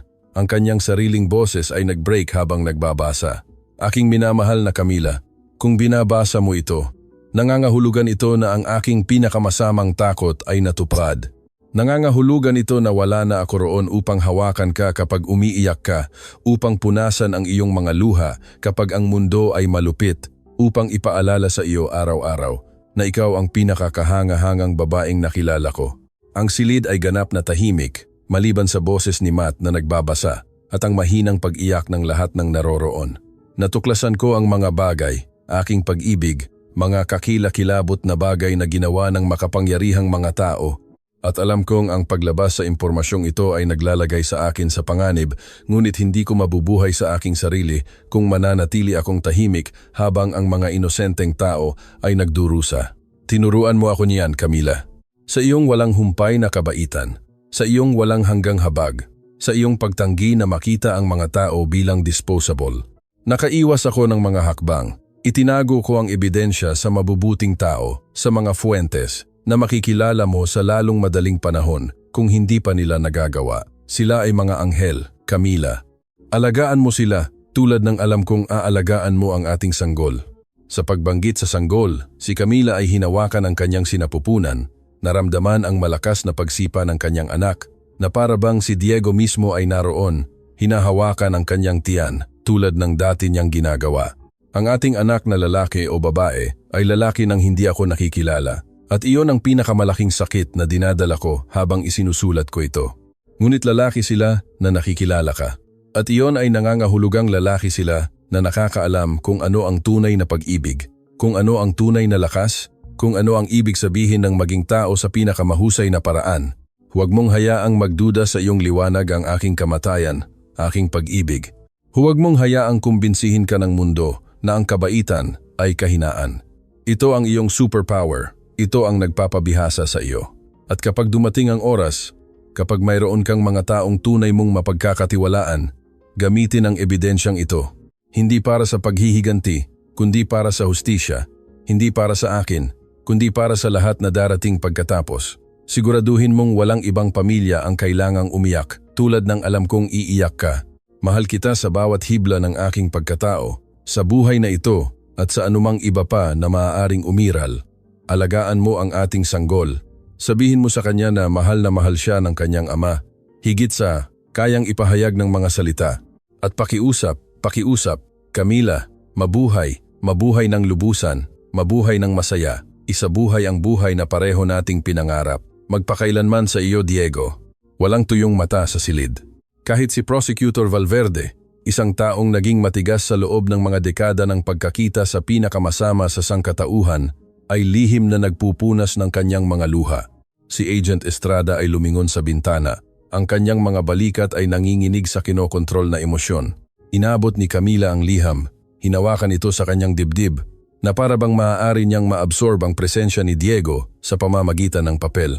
Alam niya, bulong niya. Alam niyang papatayin nila siya at hindi pa rin siya umatras dahil mas mahal niya kaysa sa kinatatakutan niya.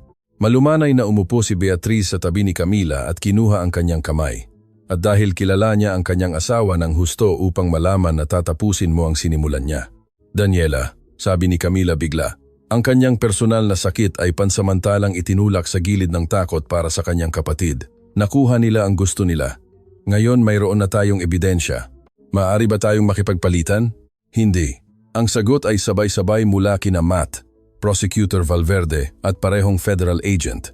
Ang mayroon tayo dito, ipinaliwanag ng prosecutor, ay hindi lamang ebidensya laban kay Villamil. Ito ay ebidensya laban sa 12-dosenang tao sa mga posisyon ng matinding kapangyarihan. Kung alam nila na hawak natin ito, papatayin nila si Daniela upang alisin ang mga saksi at pagkatapos ay hahanapin nila ang lahat ng iba pa. Kaya, ano ang gagawin natin? Sigaw ni Camila. Ang kawalan ng pag-asa ay sa wakas ay sinira ang kanyang kontrol. Hayaan nating patayin siya habang binubuo natin ang isang kaso. Sabi ni Matt na may determinasyon na nagparamdam sa lahat na tumingin sa kanya. Gagamitin natin ang ibinigay sa atin ni Diego para mahanap siya. Nagdokumento siya ng mga lokasyon, mga ari-arian na kinokontrol ng organisasyon, mga lugar kung saan nila ginagawa ang kanilang mga operasyon. Ang isa sa mga lokasyong iyon ay dapat na kung saan nila pinananatili si Daniela. Si Agent Salinas ay naka-on na sa kanyang computer, tumatawid sa impormasyon. May 3 bodega sa industrial zone na lumalabas sa mga bank transfer ni Villamil. Lahat ay opisyal na walang laman. Lahat ay perpekto para itago ang isang tao. Kung gayon, pupunta tayo sa 3, sabi ni Camila. Ang kanyang desisyon ay ginawa. Ngayon, Ginang Reyes, si Dr. Navarro ay mahinahong sumingit. Ikaw ay 7 buwan na buntis. Hindi ka maaaring lumahok sa isang operasyon ng pagliligtas. Panoorin mo ako. Sagot ni Camila na may isang galit na nagparamdam sa kahit sa mga batikang federal agent na umatras. Iyon ang kapatid ko, ang tanging pamilya na natitira sa akin, bukod sa aking sanggol. At hindi ako uupo sa isang ligtas na silid habang kayo ay nagdedesisyon sa kanyang kapalaran. Kung gayon, sasama ako sa kanya, idineklara ni Matt. At hindi ito negotiable. Tiningnan ni Detective Montes, si Prosecutor Valverde, na huminga ng malalim ngunit tumango. Sige. Ngunit may mahigpit na mga kondisyon.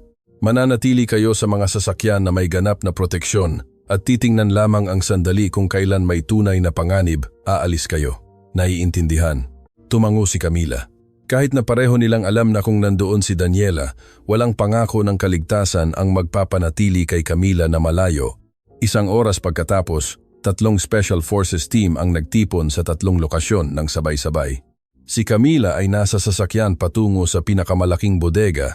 Ang kanyang maternal instinct ay nagsasabi sa kanya na iyon ang tamang lugar. Si Matt ay nasa tabi niya. Ang kanyang presensya ay isang angkla ng kalmado sa gitna ng kaguluhan. Paano mo ito nagagawa? Tanong niya ng mahina. Ano? Sagot ni Camila. Ang kanyang mga mata ay nakatutok sa daan sa unahan. Manatiling nakatayo kapag ang lahat ay gumuho. Tiningnan ni Camila ang kanyang mga kamay ngayon na nakapatong sa kanyang sinapupunan kung saan ang kanyang sanggol ay patuloy na gumagalaw dahil wala akong pagpipilian. Dahil ang aking sanggol ay nangangailangan ng isang malakas na ina. Dahil si Daniela ay nangangailangan ng isang kapatid na lalaban. Dahil namatay si Diego na naniniwalang tatapusin ko ang kanyang sinimulan. At bakit? Idinagdag niya ng mas mahina. Kung susuko ako, kung hahayaan kong manalo ang takot, kung gayon ang lahat ng mga taong nagdusa, namatay, o pinatahimik ay naging walang kabuluhan. Nang dumating sila sa bodega, isang napakalaking at nasirang istruktura sa gilid ng industrial zone, may nagbago sa hangin. Itinaas ni Agent Salinas na nangunguna sa team na ito ang kanyang kamay bilang hudyat ng paghinto. May paggalaw sa loob, bulong niya sa radio. Maraming heat signatures, hindi bababa sa 2 tao, marahil higit pa. Ang puso ni Camila ay tumibok ng malakas na naririnig niya ito sa kanyang mga tainga. Ang isa sa kanila ay maaaring si Daniela. Posible Salinas, sagot niya. Naghahanda na pumasok. Ang sumunod na nangyari ay naganap sa slow motion at sa high speed ng sabay-sabay. Ang team ay sumalakay sa bodega, mga sigaw ng Federal Police na umaalingaw-ngaw sa walang laman na espasyo, mga tunog ng paglaban, mga taong tumatakbo, at pagkatapos ay ang tunog na ipinagdarasal ni Camila na marinig. Nakuha namin siya, naligtas. Si Camila ay wala na sa sasakyan bago pa man siya napigilan ng sinuman. Tumatakbo patungo sa bodega na may bilis na imposible para sa isang tao sa kanyang kalagayan. Hinabol siya ni Matt at 2 opisyal. Ngunit siya ay hinihimok ng isang bagay na mas malakas kaysa sa anumang pisikal na limitasyon. Ganap na pag-ibig. Nang pumasok siya sa bodega, nakita niya si Daniela na binalutan ng thermal blanket ng mga paramedic. Ang kanyang mukha ay may pasa, ngunit ang kanyang mga mata ay nagniningning sa buhay. At nang nagtagpo ang kanilang mga tingin sa kabila ng malawak na espasyo, parehong tumakbo ang magkapatid patungo sa isa't isa, bumangga sa isang yakap na tila hindi na sila bibitawan. Inakala kong nawala kita, iyak ni Camila. Hinahawakan si Daniela na parang siya ang pinakamahalagang bagay sa mundo. Hinding-hindi, sagot ni Daniela. Ang kanyang boses ay paos ngunit matatag. Dahil itinuro mo sa amin na ang mga babaeng Reyes ay hindi sumusuko, anuman ang mangyari. At habang sila ay nagyakap, hinahawakan ang isa't isa sa gitna ng kaguluhan ng mga opisyal at ebidensyang kinokolekta, naramdaman ni Camila ang isang bagay na hindi niya naramdaman sa loob ng maraming buwan, pag-asa.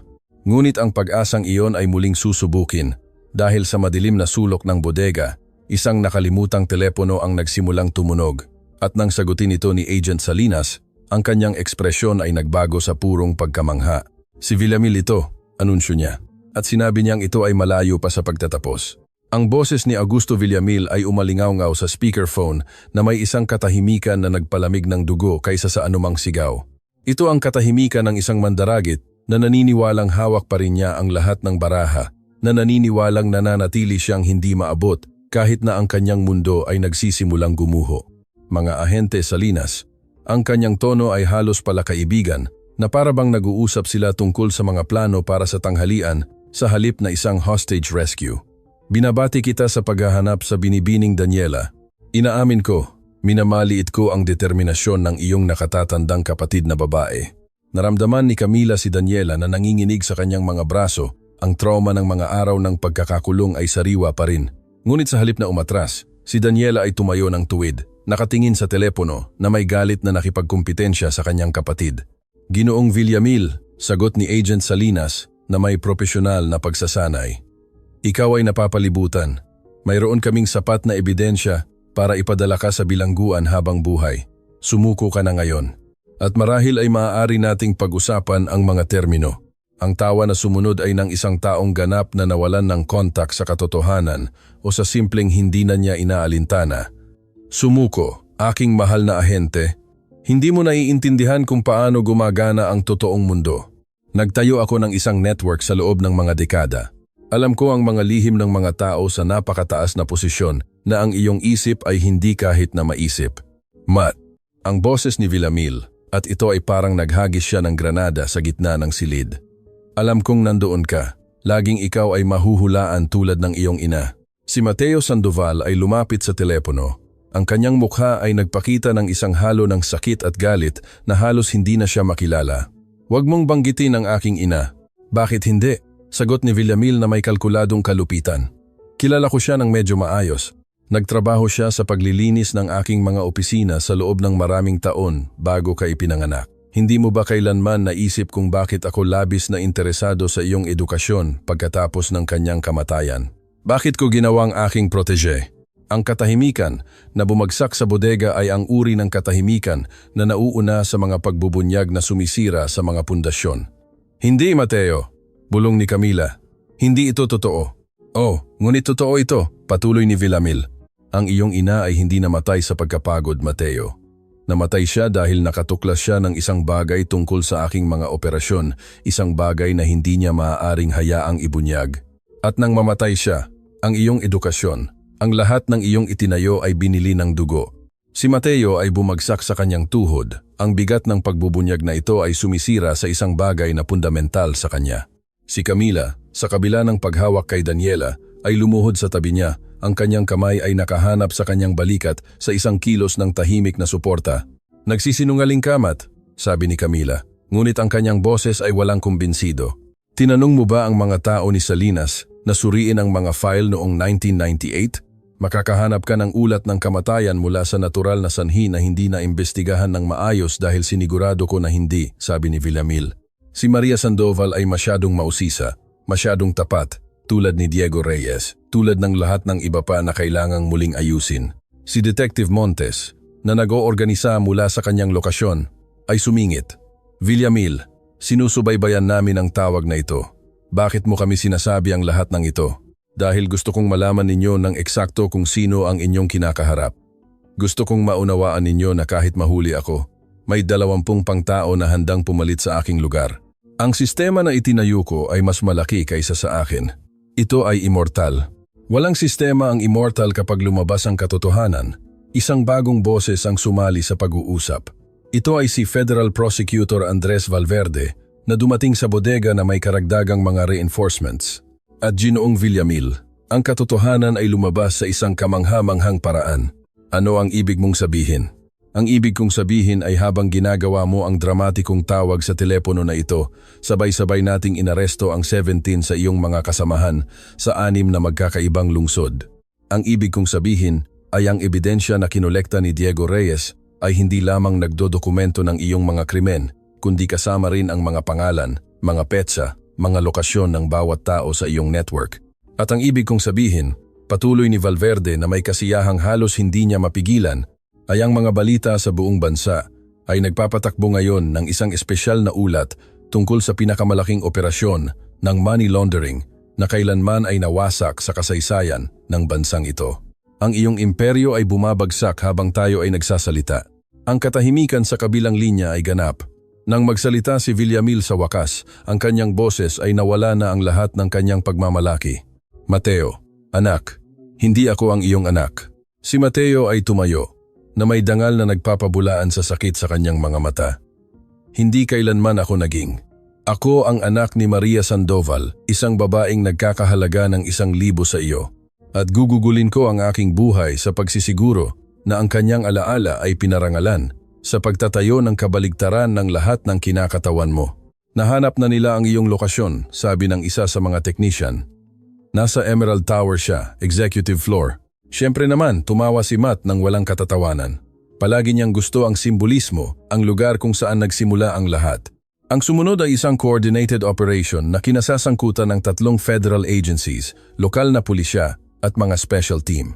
Ngunit para kina Camila, Daniela at Mateo, ang tunay na sandali ng pagtatapos ay darating ilang oras pagkatapos nang sa wakas ay dinala si Villamil na nakakadena mula sa Emerald Tower. Sumisikat na ang araw nang lumabas siya sa gusali, napapalibutan ng mga federal agent. Nagtipon ang isang madla ng daan-daang tao. Mga manggagawa na pinagsamantalahan, mga pamilya ng mga biktima na nawalan ng mahal sa buhay, mga mamamahayag na kumukuha ng bawat segundo para sa hinaharap. At doon, sa unang hilera, sa likod ng mga police barrier, ay sina Camila na may nakabukol na tiyan, si Daniela na humahawak sa kanyang kamay, at si Matt sa kabilang panig. Sa tabi nila ay sina Beatriz at Roberto Fuentes, si Dr. Navarro, Patricia Zamora, Fernando Salazar, Antonio Guerrero, at 12 ng iba pang mga tao na ang buhay ay naantig ng kuwentong ito. Nang dumaan si Villamil sa harap nila, ang kanyang mga mata ay nagtagpo sa kay Camila, at sa sandaling iyon ay nagsalita si Camila sa isang boses na nagdadala ng bigat ng lahat ng mga pinatahimik. Ang aking asawa na si Diego Reyes ay isang mas mabuting tao kaysa sa maaari mong isipin na ikaw, sabi ni Camila. Namamatay siya sa pagtatanggol sa tama, at ang kanyang kamatayan ay hindi nasayang dahil nagpasiklab ito ng isang alon ng hustisya na lalamon sa iyo at sa lahat ng katulad mo. Ngunit hindi ako narito para maghiganti sa iyo. Narito ako para ipaalam sa iyo na ang kabaitan na sinubukan mong sirain ay dumami, na ang bawat buhay na inalis mo ay nagbigay inspirasyon sa 10 pang tao na ipagtanggol ang tama, na ang iyong pamana ng kadiliman ay binubura ng liwanag ng mga ordinaryong tao na tumangging manatiling tahimik, at itinaas niya ang kanyang anak sa langit. Ang munting nilalang na ito ay lalaki na alam na ang kanyang ama ay isang bayani. Hindi ang uri ng bayani sa pelikula na may kapa at kapangyarihan, kundi ang uri ng tunay na bayani na lubhang kailangan ng mundong ito. Isang taong simpleng tumangging manahimik sa kawalang hustisya. Sumabog ang madla sa palakpakan na tumagal ng ilang minuto, at nang sa wakas ay humupa, may nangyari na mahiwagang. Isa-isa. Ang mga tao sa madla ay nagsimulang lumapit sa monumento, nagiiwan ng mga bulaklak, mga tala, mga litrato ng kanilang sariling mga mahal sa buhay na naging biktima ng kawalang hustisya sa trabaho, mga manggagawa sa konstruksiyon sa kanilang uniforme, mga kasambahay na may apron, mga hardinero, janitor, mga kusinero, lahat ng taong nagpapatakbo sa lipunan, ngunit bihira lang nakikita, at bawat isa, habang nagiiwan ng kanilang handog, ay bumulong sa parehong parirala na naging sigaw ng labanan. Hindi kami hindi nakikita. Habang ang paglubog ng araw ay nagpinta sa langit sa mga kulay ginto at rosas, si Camila ay umupo sa parehong bangko kung saan nagsimula ang lahat 1 taon na ang nakalipas. Si Beatrice ay umupo sa tabi niya, mas mahina na ngayon, ngunit may mga mata na nagniningning pa rin sa buhay. Paano ito nagtapos ng ganito? Tanong ni Camila na may pagkamangha, pinapanood ang kaganapan na kusang loob na nabuo sa paligid ng monumento, 1 tasa ng kape. Iyon lang ang simula. Hindi. Mahinahong itinama ni Beatrice. Ito ay kabaitan sa isang mundong nakalimutan ang halaga nito. Ito ay pagkatao sa isang sistema na huminto sa pagtingin sa mga tao. Ito ay pag-ibig sa pinakasimpleng at pinakamakapangyarihang anyo nito. At idinagdag niya, hinawakan ang kamay ni Camila. At iyan, ang nagbabago sa mundo. Hindi malalaking gawaing pangbayani, kahit na mahalaga rin ang mga iyon, ngunit milyon-milyong maliliit na kilos ng kabaitan na dumadami, na lumalawak, na sa huli ay lumilikha ng mga alon na hindi mapipigilan. Ang maliit na Mateo Diego ay pinili ang sandaling ito para magising, tumitingin sa paligid na may mga mata na katulad ng kanyang ama, at nang ang kanyang tingin ay nagtagpo sa monumento ni Diego, inabot niya ang kanyang maliliit na kamay na parang gustong abutin ito. Bulong niya, ang kanyang unang malinaw na salita. Si Camila ay nanigas. Ang mga luha ay dumaloy kaagad sa kanyang mukha. Oh, aking mahal, iyan ang iyong ama. At kahit hindi mo siya nakikita, narito siya. Narito siya sa bawat kilos ng kabaitan, sa bawat sandali ng katapangan, sa bawat tao na pumipiling ipagtanggol ang tama. Habang ang paglubog ng araw ay nagpinta sa langit sa mga kulay ginto at rosas, niyakap ni Camila ang kanyang anak sa kanyang dibdib at bumulong ng isang pangako sa hangin. Isang pangako na alam niyang sa anumang paraan ay maririnig ni Diego. Nagawa natin ito, aking mahal. Kinuha natin ang iyong sakripisyo at ginawa nating isang bagay na maganda. Ang iyong kamatayan ay hindi ang katapusan ng ating kwento. Ito ang simula ng isang bagay na mas malaki.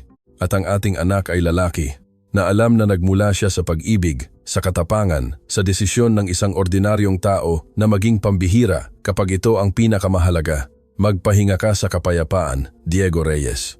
Tapos na ang iyong trabaho dito at ipagpapatuloy namin ang iyong pamana. 1 tasa ng kape, 1 kabaitan, 1 kilos ng katapangan sa bawat pagkakataon. At sa isang lugar, sa dimensyon kung saan ang pag-ibig ay lumalampas sa kamatayan, si Diego Reyes ay nakangiti. Alam na ang kanyang pamilya ay hindi lamang nakaligtas, kundi umunlad, na ang kanyang sakripisyo ay may kabuluhan, at ang kanyang pag-ibig ay magpapatuloy na dumami sa mga henerasyon. Dahil sa huli, iyon ang katotohanan na walang kadiliman ang makapapatay. Ang pag-ibig ay palaging nananalo. Hindi kaagad, hindi nang walang laban, hindi nang walang luha at sakripisyo, ngunit sa kalaunan, hindi maiiwasan na nanalo ang pag-ibig. At ang tagumpay na iyon na itinayo sa mga balikat ng mga ordinaryong tao na pumipiling maging pambihira ay ang pinakamatamis sa lahat.